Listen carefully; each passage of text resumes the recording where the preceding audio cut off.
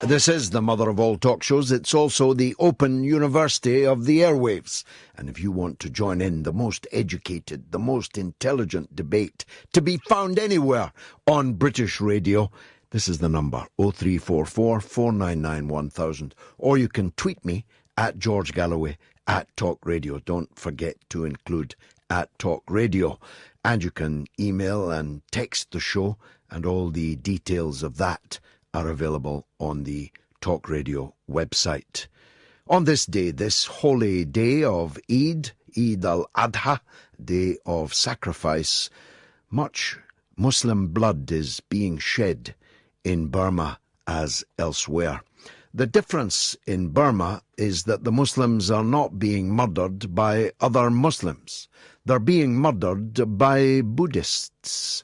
Now, many of you, most of you, will have imagined that Buddhists were very peaceable people who like to chant and meditate.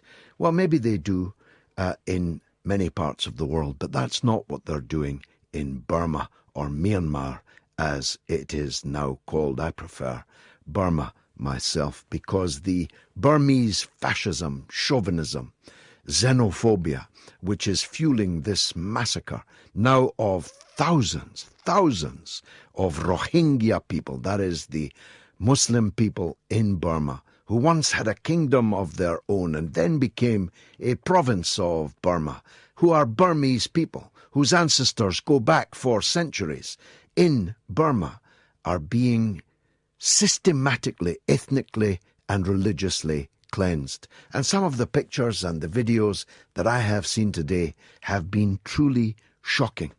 It's truly shocking when you see innocent people being murdered. For me, it's even more shocking when nobody gives a toss about it. Now, it doesn't surprise me that the mainstream media in Britain and in other Western countries couldn't even tell you where Burma was, who the Rohingya people were, wouldn't be able to even begin to explain what's happening there in Burma.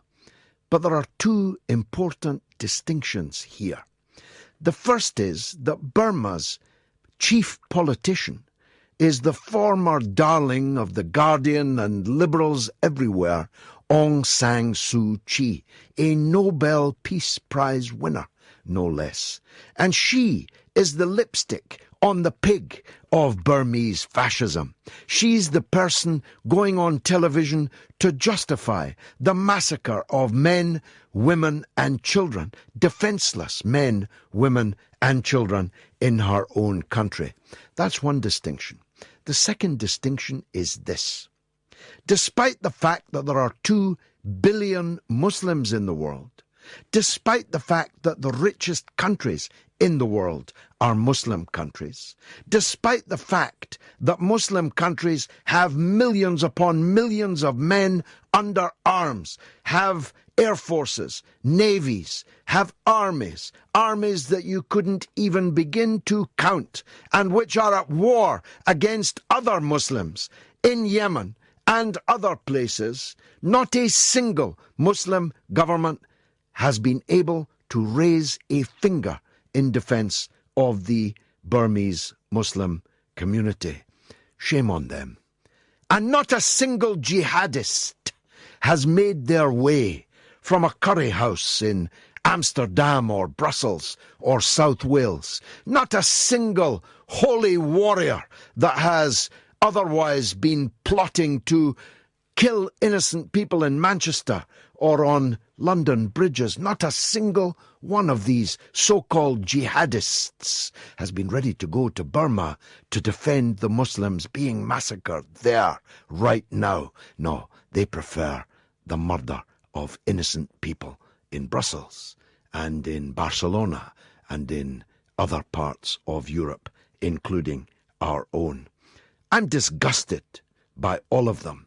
And I hope today, as Muslims celebrate this Eid, this holy festival, they just pause for a moment and ask themselves this question: how has it come to be that with all that wealth, with all those armies, the Muslims are so pathetically, inadequately, incompetently led